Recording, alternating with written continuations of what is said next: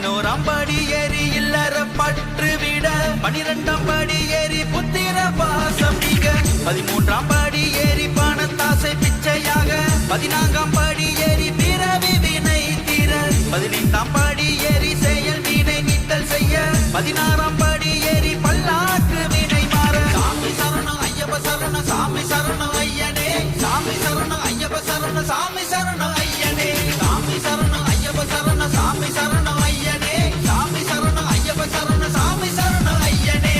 17ஆம்